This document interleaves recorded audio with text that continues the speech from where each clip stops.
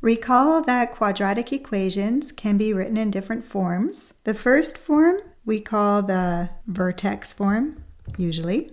Second one is the factored form, and the third one is the standard form. Of course, different resources may call them different things, but I'm going to stick to these words.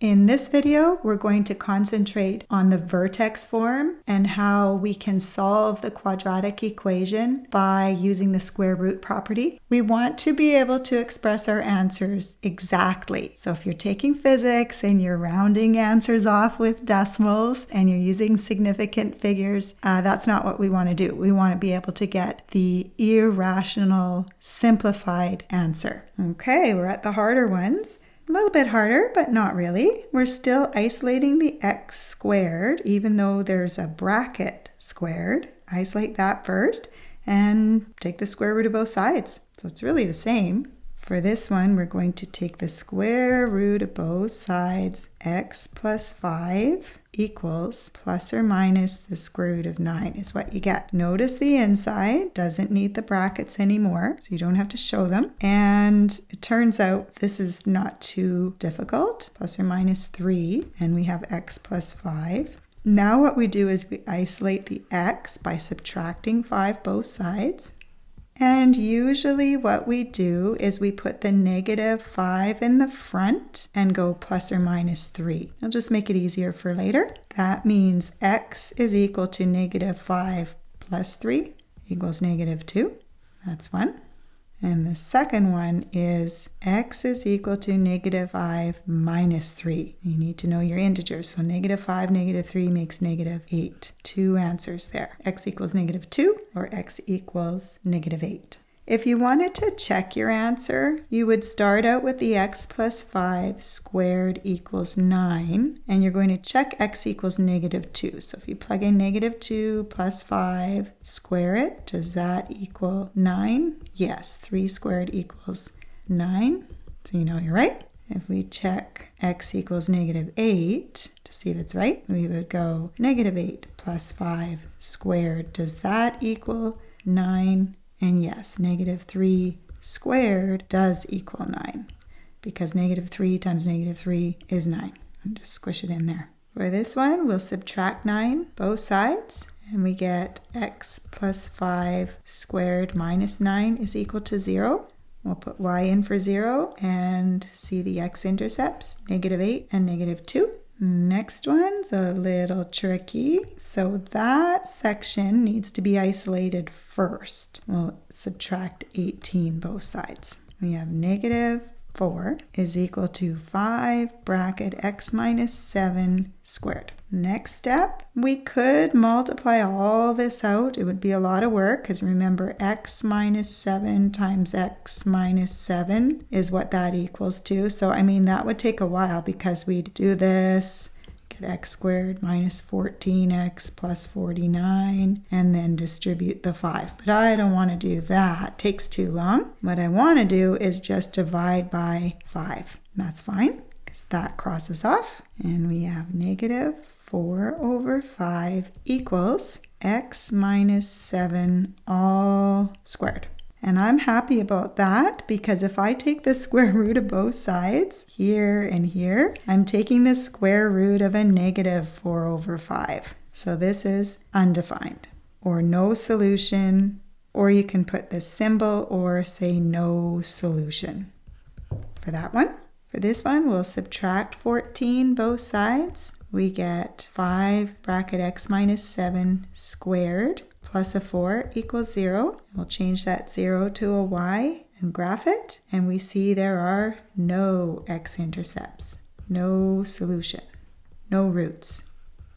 All of those mean the same thing. We'll subtract 14 both sides. And that gives us 70 is 5 bracket x minus 2 squared. And we'll divide by 5 both sides. Using the calculator's totally okay. 70 divided by 5, 14.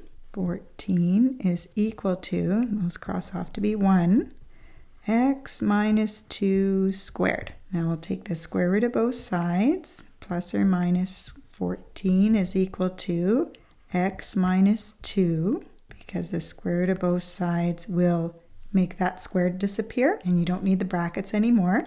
And that becomes x is equal to 2 plus or minus the square root of 14. A lot of people just go right from this step to putting the x on this side, like that. That's fine. Check to see if you can simplify that, and if you can't, that's okay. 14, 2, and 7. No, we don't have a perfect square in there. Our two answers would be x equals 2 plus the square root of 14, and x is equal to 2 minus the square root of 14. Those are the exact values. But I want to show you how to get a decimal version for those. We can go 2 plus the square root of 14 and round our answer 5.7, 5.7, and then 2 minus the square root of 14, negative 1.7, about negative 1.7. If we're asked to graph the results, you're going to need a decimal version so you have an idea of where you're graphing. Here we'll subtract 84 both sides, which gives us 5 bracket x minus 2 squared minus 70 is equal to 0. We'll put a y in there and graph it, and we get negative 1.7 and 5.7 for our solutions, for our x-intercepts, for our roots. Oh, I was hoping that was the last one, but it's not. And I bet we're going to need a lot of room. First thing, subtract 7, because we cannot break apart that yet. So if I subtract 7, I think I get a 36, but I should check. I don't trust myself. 43 subtract 7. Yes. And we have 3 bracket x minus 5 squared. Please continue to write it all out, because when someone's marking your work, they need to see what you're doing.